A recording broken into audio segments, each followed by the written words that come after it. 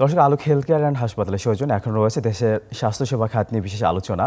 আর আলোচনার জন্য আমাদের সঙ্গে রয়েছেন ইউনিভার্সাল মেডিকেল কলেজ হসপিটাল ঢাকার ব্যবস্থাপনা পরিচালক ডাক্তার আশিস কুমার চক্রবর্তী। ডাক্তার আশিস কুমার চক্রবর্তী, আপনাকে স্বাগত একুশে বিজনেসে। আপনাকে ধন্যবাদ, একুশে টিভিকে ধন্যবাদ। স্বাস্থ্য হচ্ছে আমাদের একটা মৌলিক চাহিদা, তো সেই স্বাস্থ্যসেবা খাত নিয়ে কথা বলতে চাই। কি অবস্থা বাজেট পরবর্তী যে প্রত্যাশা ছিল, কতটা আসলে সে প্রত্যাশার মেলবন্ধন আমরা পেয়েছি, এটা একটু জানতে চাই। সেই সাথে সার্বিক অবস্থায় সেক্টরের অবস্থা একটু জানতে চাই শুরুতেই। আচ্ছা, আমি একজন বেসরকারি স্বাস্থ্য খাতের উদ্যোক্তা হিসেবে যেটি বলতে চাই যে বাংলাদেশের এক কথায় যদি হেলথ সেক্টরে নিয়ে বলতে হয় সেটি হচ্ছে চমকপ্রদ।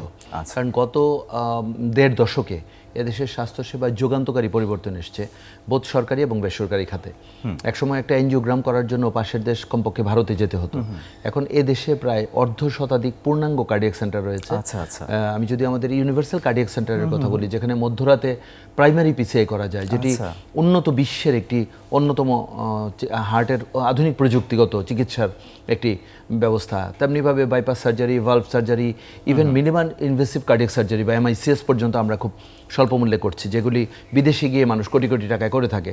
কিন্তু প্রশ্ন হচ্ছে যে এই জিনিসগুলির আরও মানে মানুষকে, জনগণকে জানানোর জন্য আপনাদের গণমাধ্যমকে অনেক বেশি ভূমিকা নিতে হবে। কারণ মানুষ দেখেন, এখনও কিন্তু অনেকে হয়তো জানে না, অনেকে হয়তো সামান্য গ্যাস্ট্রিকের চিকিৎসা করার জন্য বিদেশ যায়, এখনও হয়তো মানুষ একটা MRI করার জন্য সিঙ্গাপুরে যাচ্ছে, কিংবা এসে আমাদেরকে রিপোর্ট দেখাচ্ছে, বলে যে আশিসদা আমরা এমন একটা মেশিনে অপারেশন করে আসছি, অথচ এই মেশিনটি হয়তো বাংলাদেশে আছে। এখানে গণমাধ্যমের একটি ভূমিকা রয়েছে। সুতরাং আমি যেটি বলতে চাই যে আমাদের মাননীয় যে নতুন স্বাস্থ্যমন্ত্রী আসছেন ডাক্তার সামন্তলাল সেন এবং স্বাস্থ্য প্রতিমন্ত্রী ডাক্তার রোকেয়া সুলতানা আপা, দুজনই অত্যন্ত ডাইনামিকভাবে তাদের পথ চলা শুরু করেছে। আমরা তাদেরকে সাধুবাদ জানাই, কারণ তারা কোয়ালিটি কম্প্রোমাইজের ব্যাপারে একেবারে জিরো টলারেন্স। এটিকে আমরা দীর্ঘদিন ধরেই বলে আসছি যে স্বাস্থ্য খাতে যে একেবারে, আমি মাননীয় মহাপরিচালক professor ABM Khurshid Alam sir, আমার শিক্ষক, স্বাস্থ্যের ডিজি, আমি তার সার্জারি ইন্টার্ন ছিলাম কুমিল্লা মেডিকেল কলেজে। তো আমি স্যারকেও অ্যাড্রেস করবো যে আর একটিও যেন ছোট ছোট পাড়া মহল্লার ছোট ছোট বাসা ভাড়া করা ডায়াগনস্টিক সেন্টার কিংবা হাসপাতালের অনুমোদন না দেওয়া হয়, কারণ এদের কারণেই সামগ্রিকভাবে দেশের স্বাস্থ্য খাতের ভাবমূর্তি নষ্ট হচ্ছে। অথচ আমরা কিন্তু উন্নত বিশ্বের প্রায় সকল সুবিধা বাংলাদেশে বিদ্যমান রয়েছে। এদেশের মানুষ ইনফার্টিলিটি বা বন্ধ্যাত্বের চিকিৎসার জন্য গিয়ে পার্শ্ববর্তী দেশ ভারতে, মালয়েশিয়ায় দিনের পর দিন লক্ষ লক্ষ টাকা খরচ করছে, অথচ আমাদের দেশে কিন্তু ইনফার্টিলিটি স্পেশালিটি ভরপুর, ভালো ভালো ডাক্তাররা আছে, ভালো ভালো সেন্টার রয়েছে, এবং এটা তেমন খুব জটিল কোনো বিষয়ও না। কিন্তু মানুষের মাথায় কোনো না কোনোভাবে এগুলি কে বা কারা দিচ্ছে যে ভারতে চিকিৎসা মানে দ্রুত আরোগ্য লাভ, অথবা লাইক দিস যে বিদেশের চিকিৎসা। আমি মনে করি হ্যাঁ, বিদেশি চিকিৎসা কোনটা যেতে হবে, যেটি আমাদের দেশে নাই। আমরা লিভার ট্রান্সপ্লান্টেশন নিয়েও কিন্তু কাজ করছি, বেশ কয়েকটা পাইলট প্রজেক্ট হয়েছে। এটা এখনও যেহেতু পূর্ণদমে শুরু হয় নাই, সেটার জন্য যেতে পারে। হার্ট ট্রান্সপ্লান্টের বা লাং ট্রান্সপ্লান্টেশন, প্যানক্রিয়াস ট্রান্সপ্লান্টেশনের জন্য হয়তো বিদেশ যেতে পারে, কিন্তু সব অসুখের ক্ষেত্রে কিন্তু বিদেশ যাওয়ার দরকার নেই।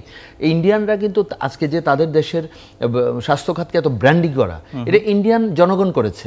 তাহলে আমরা আমাদের দেশের জনগণ কি এটা পারে না? স্বাস্থ্য খাত নিয়ে কথা হলেই মানুষ আজে বাজে কথা বলে, নেতিবাচক কথা বলে, ডাক্তারকে নিয়ে নেতিবাচক কথা বলে, হাসপাতাল নিয়ে নেতিবাচক কথা বলে, মিডিয়া সুযোগ পেলেই ভিউ লাইক বাড়ানোর জন্য কাজ করে। বিদেশে কিন্তু হেলথ খুব রেস্ট্রিক্টেড একটি জিনিস, একদম হাইলি পার্সোনালাইজড একটি জিনিস। বিদেশেও ডাক্তারদের বিরুদ্ধে, হাসপাতালের বিরুদ্ধে মামলা হয়, কেউ অন্যায় করলে অবশ্যই মামলা হবে, আমরা সাধুবাদ জানাই, কিন্তু সেটি একেবারে confined to the patient, lawyer এবং দ্য ডক্টরস। তার বাইরে কিন্তু গণমাধ্যমে যাওয়ার কোনো সুযোগ নেই। কিন্তু বাংলাদেশে দেখা যাচ্ছে সেটিকে ভাইরাল করে দিয়ে একটা মিডিয়া ট্রায়াল হয়ে যাচ্ছে, ফলে ওই ডাক্তার, ওই হাসপাতালের যে সামাজিক মর্যাদা ক্ষুণ্ণ হচ্ছে, এটি কিন্তু আর অনেক চেষ্টা করে ফেরত পাওয়া যাচ্ছে না। সুতরাং এমন যখন ঘটনা ঘটবে, তখন কিন্তু স্বাস্থ্য খাতের যে আমি শুরুতে বলেছিলাম যে চমকপ্রদ ডেভেলপমেন্ট, সেটা কিন্তু আস্তে আস্তে ম্রিয়মান হয়ে যাবে। মানে আমরা নিজেরাই ক্ষতি করছি, নিজেদের ব্র্যান্ডিং করতে হবে। বাংলাদেশ আজকে একটা অনন্য উচ্চতায় দাঁড়িয়ে, শুধুমাত্র ডিজিটাল বাংলাদেশ, স্মার্ট বাংলাদেশ না, সবকিছুতে আমরা ওষুধ খাতে কিন্তু স্বয়ংসম্পূর্ণ। আমাদের দেশের ওষুধ আমরা বিদেশে রপ্তানি করছি। আপনি দেখেন, ইন্ডিয়াতে আমি গিয়ে দেখেছি যে সিঙ্গাপুর, মালয়েশিয়া, বিভিন্ন জায়গা থেকে লো কস্টে চিকিৎসার জন্য ইন্ডিয়াতে আসে। ইন্ডিয়ার চেয়ে অনেক লো কস্টে আমরা কিন্তু বাংলাদেশে করতে পারবো। কিন্তু আমরা যদি নেগেটিভ নিউজকে বেশি প্রমোট সামনে করি, নিয়ে আসি, তাহলে তাহলে খুবই কিন্তু খারাপ এটা। এই নিউজগুলি তো সারা বিশ্বেই ছড়িয়ে পড়ছে। তখন বিদেশের কোনো মানুষ কিন্তু আসবে না। আপনি দেখেন ত্রিপুরা কিন্তু আমার বাড়ি ব্রাহ্মণবাড়িয়ার একেবারে সীমান্তবর্তী এলাকায়। আমাদের ব্রাহ্মণবাড়িয়ার বন্ধু বান্ধবরা অনেক সময় ত্রিপুরা গিয়ে সকালে ব্রেকফাস্ট করে, আচ্ছা। দুপুরে এসে ব্রাহ্মণবাড়িয়া ভাত খায়। আচ্ছা। সো এইরকম একটা জায়গায় আমরা কিন্তু ত্রিপুরার মানুষ কি করছে, দিল্লি যাচ্ছে, মাদ্রাজ যাচ্ছে, বোম্বে যাচ্ছে, হোয়ারেস ব্রাহ্মণবাড়িয়া থেকে ঢাকায় আসা 2 ঘন্টার ব্যাপার। তারা এখানে এসে একেবারে অর্ধেক মূল্যে চিকিৎসা করতে পারে, কিন্তু আমরা কিন্তু সেই সুফলগুলি থেকে বঞ্চিত হচ্ছি। সুতরাং আমাদের হেলথ সেক্টরকে পজিটিভলি প্রমোট করতে হবে। আমাদের আধুনিকায়ন হচ্ছে, তারপরে আস্থার একটা সংকট আমরা দেখতে পাচ্ছি। ওই যে আস্থার সংকটের কথা তো আমি বললাম শুরুতে আপনাকে, যে আপনি যদি নেগেটিভ ব্র্যান্ডিং করেন, আপনার যদি গণমাধ্যম যদি পজিটিভ না থাকে, আপনি এই দেশের হেলথ সেক্টরকে আপনি দেখেন, কোন একটি এয়ারলাইন্স কিন্তু দুর্ঘটনায় পরে 75 জন মানুষ মারা গিয়েছিল, তখন কিন্তু যদি এটাকে খুব বেশি নেগেটিভ ব্লেম দেওয়া হতো, বাংলাদেশের বেসরকারি বিমান কিন্তু এত ডেভেলপ করতো না।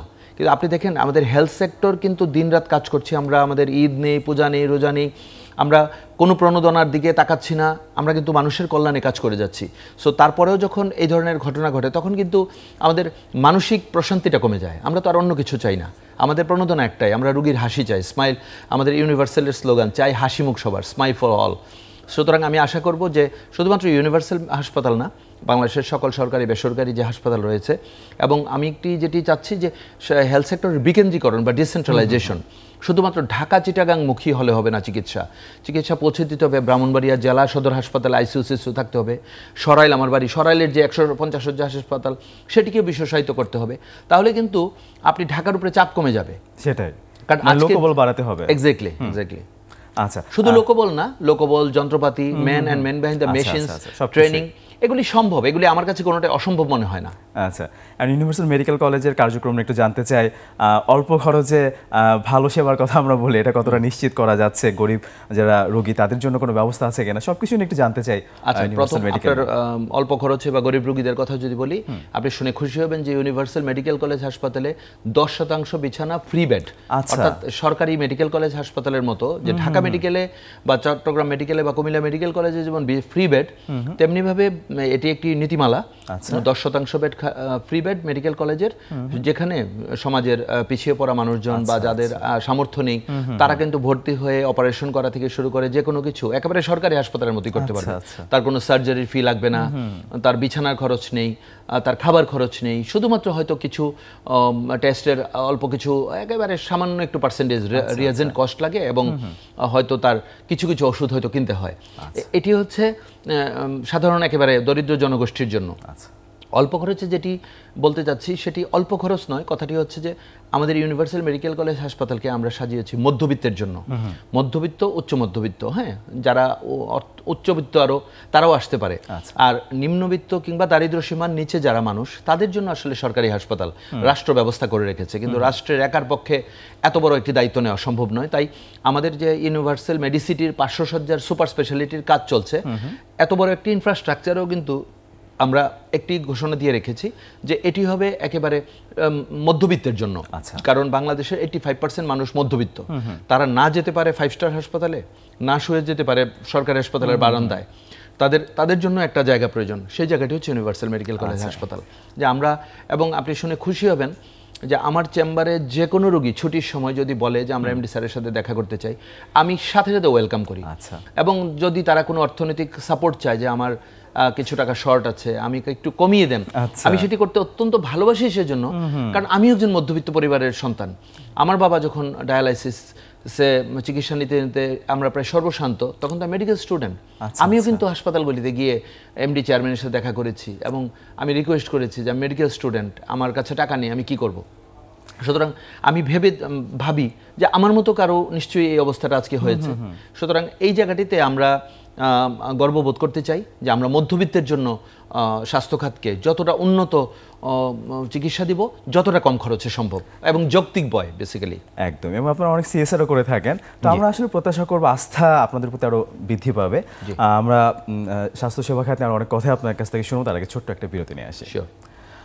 দর্শক, নিচ্ছি একটা বিরতি, ফিরে আসবো একটু পরে, আমাদের সঙ্গেই থাকুন।